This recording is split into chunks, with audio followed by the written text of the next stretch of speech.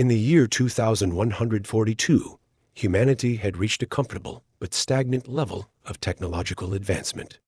Earth's skies were no longer filled with the bustling activity of satellites and space stations. They were relics of a bygone era.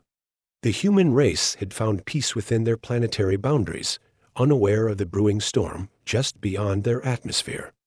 Unbeknownst to the people of Earth, a fleet of alien ships hovered on the edge of the solar system. The Zorgans, a technologically superior race, had their eyes set on Earth. They viewed humans as primitive, their technology laughably outdated. The Zorgans planned to clear Earth's orbit to make way for their own advanced structures, confident that the humans would pose no threat. In the quiet control room of a forgotten observatory, an old scientist named Dr. Amelia Hayes noticed something unusual. The once dormant satellites were beginning to blink to life. She watched in awe as these ancient machines, many of which had been deemed obsolete decades ago, started to align in a strange pattern. "James, come look at this," she called to her assistant, a young engineer with a knack for tinkering with old tech. James hurried over, his eyes widening as he saw the display. "Are they communicating with each other?" James asked, his voice filled with curiosity and a hint of fear.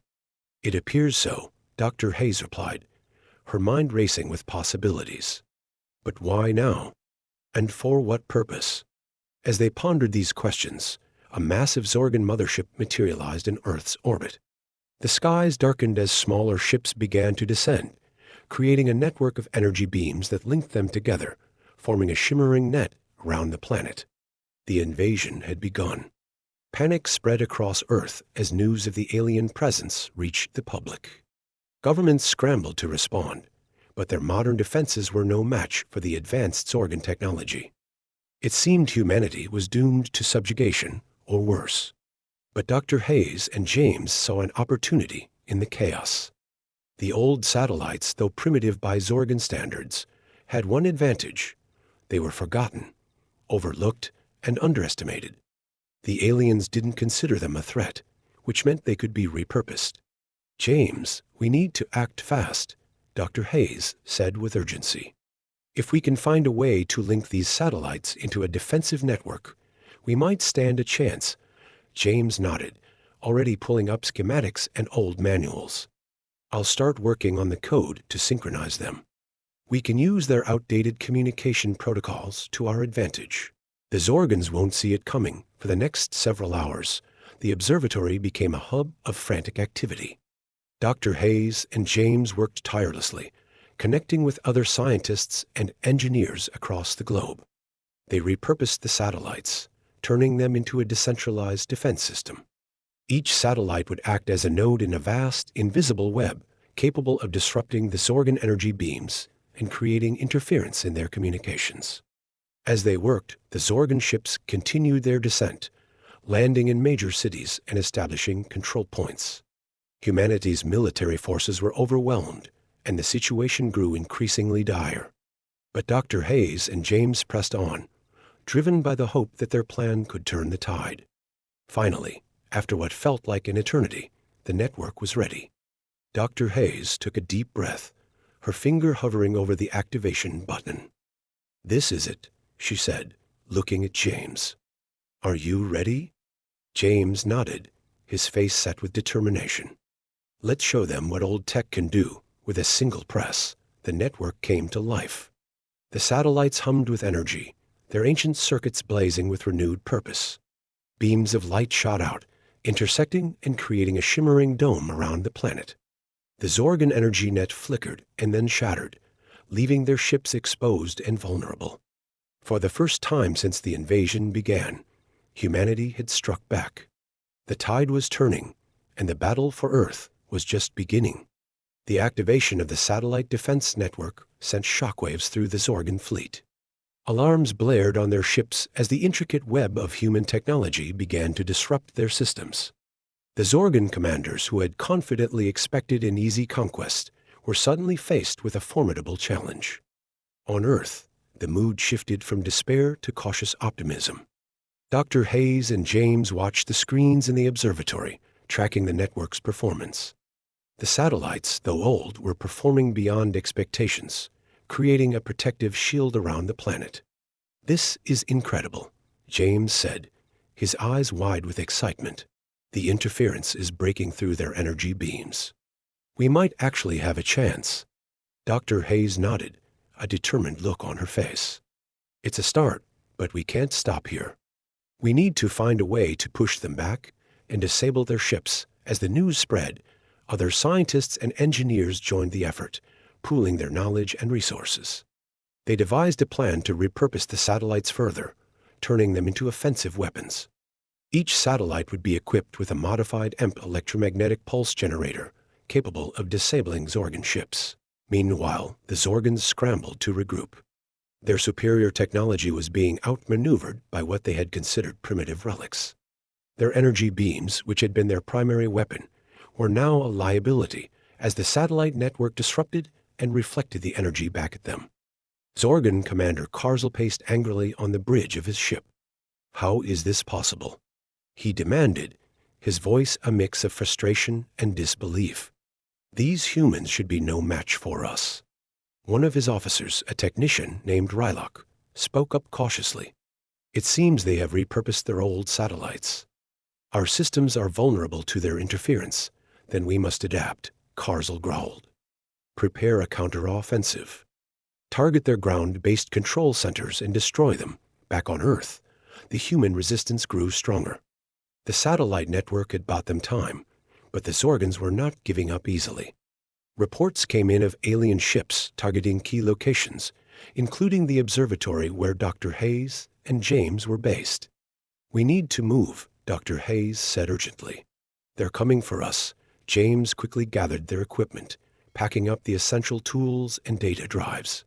"We can set up a mobile command center." "We need to stay one step ahead." As they prepared to leave, a loud explosion shook the building. Zorgan ground troops had arrived, their advanced weapons tearing through the old structure. Dr. Hayes and James raced to a waiting transport vehicle, narrowly escaping as the observatory collapsed behind them.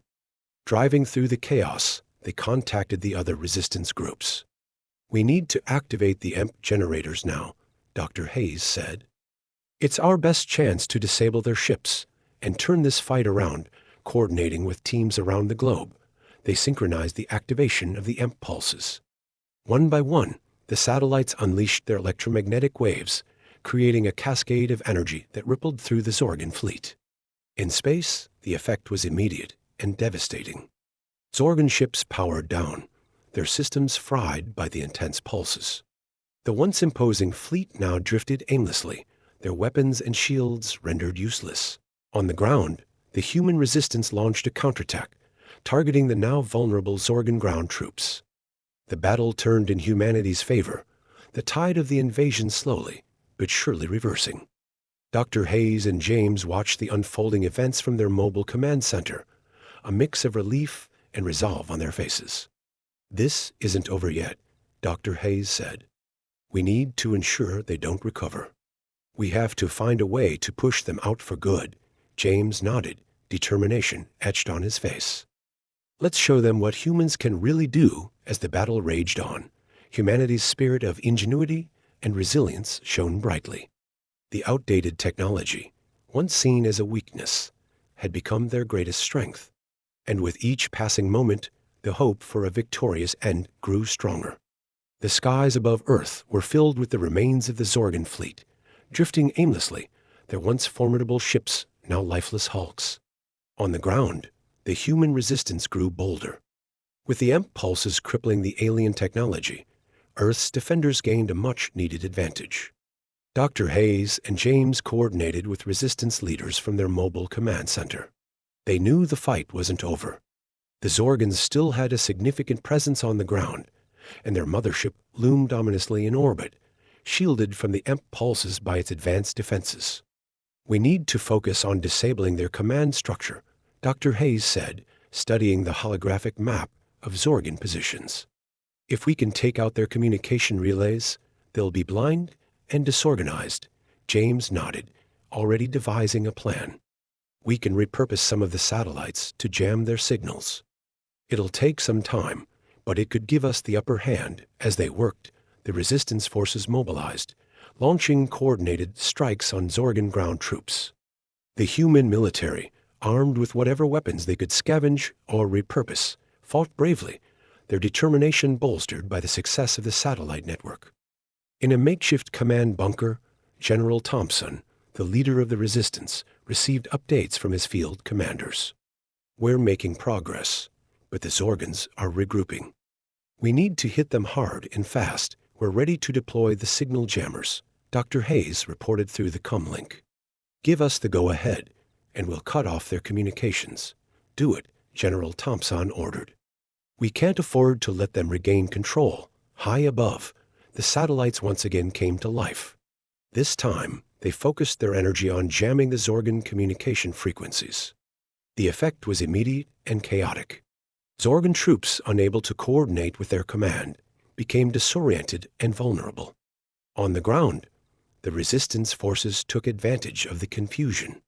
In city after city, they launched surprise attacks, overwhelming the alien invaders. The Zorgans, now isolated and leaderless, found themselves on the defensive.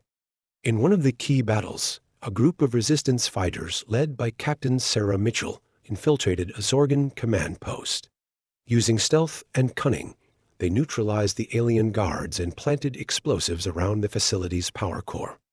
"Stand back," Captain Mitchell ordered her team as they retreated to a safe distance. With a single press of a button, the explosives detonated, sending a shockwave through the Zorgan command network. The explosion marked a turning point, as more and more Zorgan strongholds fell to the relentless human assault. Meanwhile, Dr. Hayes and James monitored the situation closely. "We're making progress, but the mothership is still a threat," James said, his brow furrowed with concern. "We need to find a way to take it out," Dr. Hayes replied. "If we can disable their main ship, the rest will follow." As they brainstormed, a young hacker named Alex, who had been working with the resistance, proposed a daring plan. "What if we use the old Echo Drive technology? We have a few prototypes that never got off the ground. If we can modify them, we might be able to launch a surprise attack on the mothership." Dr. Hayes considered the idea. "It's risky, but it might be our best shot. Let's get to work." In a hidden underground facility, the team began modifying the Echo Drives, combining them with the EMP technology. The goal was to create a series of drones that could penetrate the mothership's defenses and deliver a crippling blow. As the final preparations were made, General Thompson addressed the resistance fighters. "This is our moment. We've come this far because of our ingenuity and our determination. Now, let's finish what we started." The drones, equipped with the modified Echo Drives, were launched into space. Guided by the satellite network, they approached the Zorgan mothership. The alien ship, still recovering from the earlier attacks, was caught off guard. One by one, the drones activated their EMP pulses, targeting the mothership's critical systems. The ship shuddered as its shields flickered and failed. With a final, massive pulse, the drones overloaded the mothership's power core, causing a catastrophic failure. From the surface, the people of Earth watched in awe as the Zorgan mothership erupted in a brilliant explosion, lighting up the sky. Cheers erupted from every corner of the planet as the realization set in. Humanity had won. Dr. Hayes and James exchanged a triumphant look. "We did it," James said, his voice filled with relief and pride. "Yes, we did," Dr. Hayes replied, a smile breaking across her face. "But this is just the beginning. We need to rebuild and ensure that we're ready for whatever comes next." As the dust settled, humanity emerged stronger and more united than ever before. The outdated technology, once seen as a symbol of weakness, had become their greatest weapon.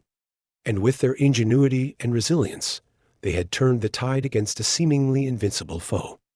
The explosion of the Zorgan mothership marked a significant victory for humanity, but the battle was far from over. While the main threat had been neutralized, scattered pockets of Zorgan troops still occupied parts of the planet, and their advanced technology continued to pose a danger.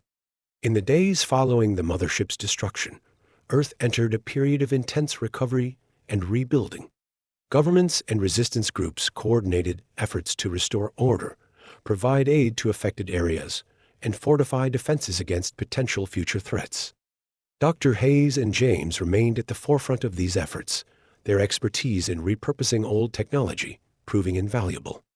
They worked tirelessly, converting the remaining satellites into surveillance tools to track down isolated Zorgan forces and assist ground troops in securing and liberating occupied territories.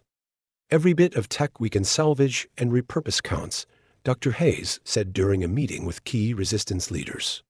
"We need to stay vigilant and use every resource at our disposal." Meanwhile, General Thompson led coordinated strikes against the remaining Zorgan troops.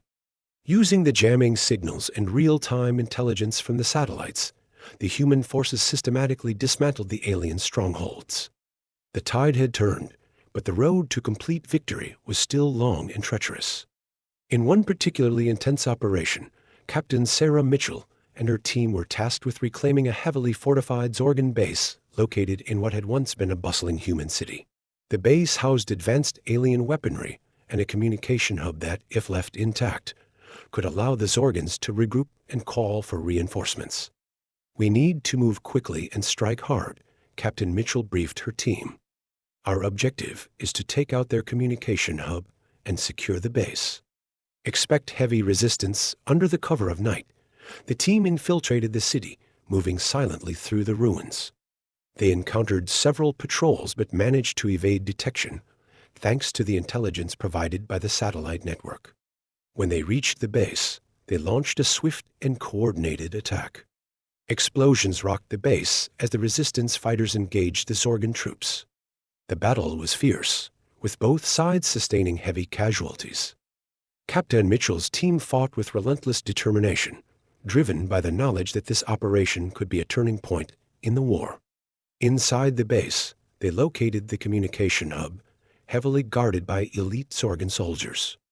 Using a combination of human ingenuity and repurposed alien tech, they breached the defenses and planted charges around the hub's power core. "Stand back," Captain Mitchell shouted as they retreated to a safe distance. The charges detonated, sending a shockwave through the base. The communication hub was destroyed, cutting off the Zorgan's ability to coordinate and call for reinforcements. With their objective complete, Captain Mitchell's team pushed forward, securing the base and capturing valuable alien technology. The victory was a significant blow to the remaining Zorgan forces, who now found themselves increasingly isolated and unable to regroup. Back at the mobile command center, Dr. Hayes and James monitored the situation closely. "The destruction of that communication hub is a major win for us," James said, his voice filled with cautious optimism. "But we need to keep up the pressure." Dr. Hayes nodded in agreement. "We've come a long way, but we can't afford to let our guard down. We need to ensure that every remaining Zorgan threat is neutralized." As the days turned into weeks, the combined efforts of the human resistance gradually drove the remaining Zorgan forces into retreat. The satellite network, once a relic of the past, had become an essential tool in the fight for Earth's future. In a final, coordinated offensive, the remaining Zorgan troops were cornered and defeated. The battle for Earth was over, and humanity had emerged victorious. The cost had been high, but the spirit of resilience and ingenuity had carried them through. With the immediate threat neutralized, attention turned to rebuilding and fortifying Earth against future threats. Dr. Hayes and James continued to lead efforts to repurpose old technology, ensuring that humanity would be ready for whatever challenges lay ahead. As the world slowly began to heal, a sense of unity and hope prevailed. The lessons learned and the bonds forged in the crucible of battle would shape the future of humanity, ensuring that they would never be caught off guard again. And so, in the aftermath of the invasion, humanity stood stronger and more united than ever before, ready to face the stars with renewed determination and the unwavering belief that they could overcome any obstacle, no matter how daunting. With the last remnants of the Zorgan forces defeated, Earth entered a period of recovery and renewal. The scars of battle were still fresh, but the spirit of humanity remained unbroken. Communities came together to rebuild, and the world was united in a way it hadn't been for centuries. In the weeks following the final victory, global summits were held to discuss the future. Leaders from every nation gathered to plan the reconstruction and fortification of Earth. Among them were Dr. Hayes and James, whose ingenuity had played a crucial role in turning the tide of the invasion. "We need to ensure that we are prepared for any future threats," Dr. Hayes said during one of the summits. "Our technology, no matter how old, has proven its worth. We must continue to innovate and adapt," James added. "We also need to remember the lessons we've learned. Our greatest strength lies in our ability to work together and think creatively." The old satellites, the echo drives, these were all dismissed as outdated, but they became our salvation as plans for rebuilding advanced. Attention turned to the captured Zorgan technology. Engineers and scientists began studying the alien tech, looking for ways to integrate it with human advancements. The goal was not just to rebuild, but to leap forward, creating a world where humanity could stand as equals with any species in the galaxy. One of the most significant projects was the creation of a new orbital defense network, built upon the foundation of the repurposed satellites. This network, codenamed Phoenix, would serve as a shield against any future incursions, ensuring that Earth would never again be caught off guard. In the mobile command center, which had now become the nerve center for the reconstruction efforts, Dr. Hayes and James worked tirelessly. They oversaw the integration of Zorgan tech into Earth's defenses and coordinated with teams around the world to ensure a seamless transition. One day, as they were reviewing the progress, a message came through from General Thompson. "I thought you'd like to know that we've successfully integrated the Zorgan energy shields with our satellites. We now have a planetary defense grid that can withstand even the most advanced attacks." Dr. Hayes smiled, feeling a sense of accomplishment. "That's excellent news, General." "Thank you." James looked up from his console. "We've come a long way, haven't we?" "We have," Dr. Hayes replied, her voice filled with pride. "And we're just getting started." As the months passed, the new orbital defense network took shape. The satellites, once relics of a forgotten era, now formed a formidable shield around the planet. Earth was no longer vulnerable. It was a fortress, ready to face whatever the galaxy might throw at it. In addition to the defense grid, humanity began to explore beyond their planetary. The captured Zorgan ships were retrofitted and repurposed for human use, opening up new possibilities for exploration and colonization. What had once been a threat was now a stepping stone to a brighter future. Captain Sarah Mitchell, whose bravery had been instrumental in many battles, was chosen to lead the first expedition. As she stood on the bridge of a retrofitted Zorgan cruiser, she addressed her crew. "We are pioneers charting a course for humanity's future. Remember what we've been through and let it guide you. Together, we are unstoppable." The ship's engines roared to life, and the cruiser lifted off, heading into the unknown. It was a symbol of humanity's resilience and determination to thrive, no matter the challenges. Back on Earth, Dr. Hayes and James watched the launch with a sense of fulfillment. They had faced insurmountable odds and emerged victorious. The future was uncertain, but they knew that humanity would face it with courage and ingenuity.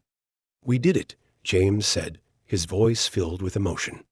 "Yes, we did," Dr. Hayes replied, her eyes shining with pride. "And we'll keep doing it, no matter what." As the sun set on a world reborn, humanity looked to the stars with hope and determination. They had proven that they were not weak, but resourceful and resilient. The outdated technology that had once been their weakness had become their greatest strength, a testament to the power of human ingenuity. The dawn of a new era had begun, and with it, the promise of a brighter future. Humanity stood ready to face whatever challenges lay ahead, united and unyielding, determined to carve out their place in the cosmos.